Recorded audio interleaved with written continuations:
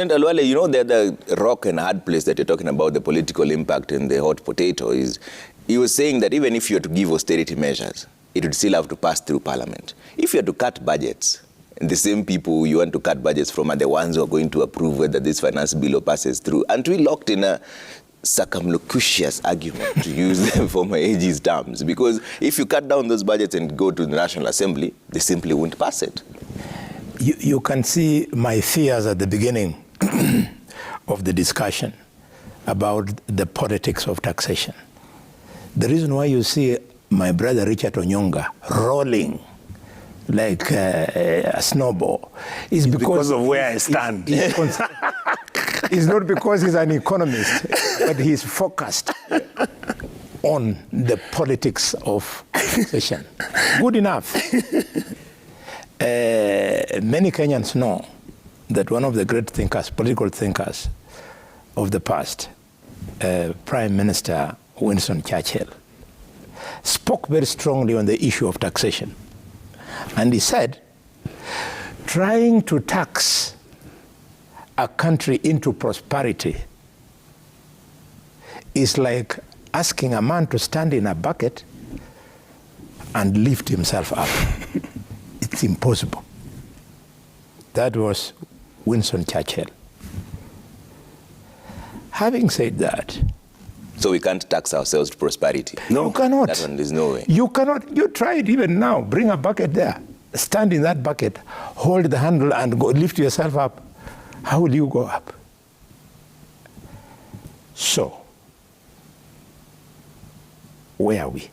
Yeah. To me, we do not have to reinvent the wheel. We look at the best international practices. What have the so-called advanced economies done? There is a sector within the larger economy called the service sector. If you go to the US, you go to the UK, you go to Germany, the service sector is the one which represents the bigger portion of the economy. Unlike what African countries believe, that producing goods and producing products will improve the economies. Yes, it does. But the way to go is the service sector. Let me give you two examples of Brazil and Kenya. Brazil, with her population of around 200 million people, whatever they produce, they already have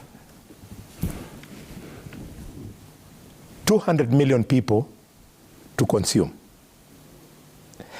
In Kenya, we have a population of 57 million people, if you count right from the small ones. That is a huge market. If we give services to these 57 million people, we are growing our economy. If, for example, instead of taxation, we say that we already have a template in Rimuru. This country is able to produce shoes. We have a template. All we have to do is to expand it. We have the raw materials. You saw the minister tell us yesterday that we have the capacity to export 700,000 heads of cattle. To Malaysia. Per year.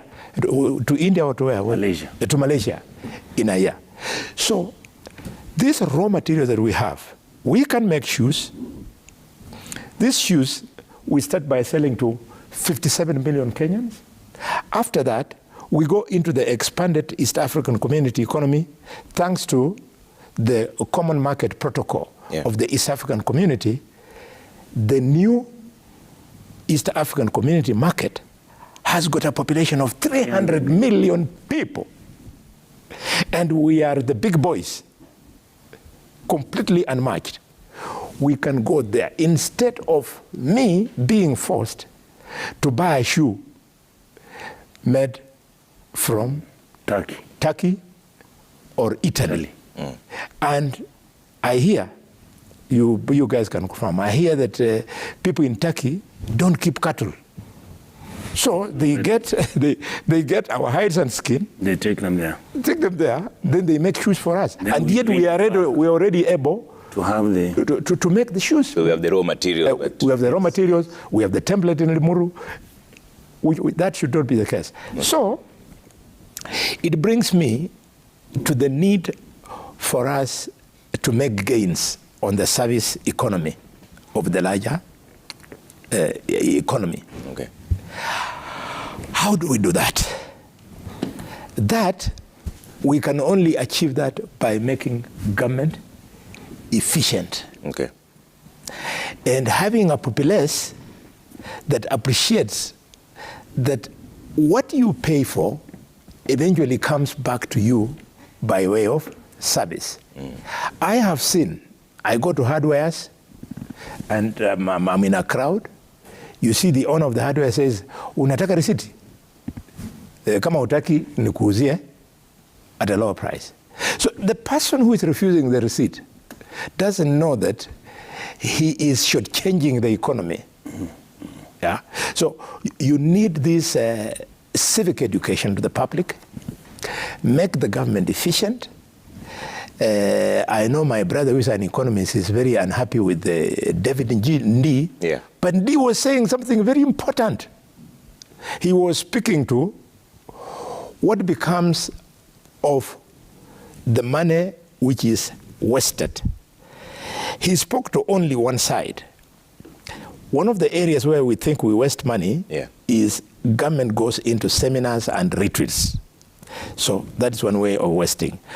But that is the smaller one. The bigger one is where the tomcats in government, they just siphon the money out of the economy. How do they do that? After they have gotten a big project, they are paid, there is capital flight, they go and invest the money. Abroad, Dubai. It was you guys from the media who told us that the Kenyatta family has stored billions of dollars in offshore accounts. That's where the problem is. But the money spent by civil servants in Mombasa, hotels, in Nairobi, in Kisumu and everywhere, that is not wastage. The money is spent within the economy, so the money does not leave the economy. It gives birth to jobs of Kenyans, for Kenyans. So I agree with David Ndi. Okay. What we should fix is these tomcats who then siphon the money out of the economy. Okay.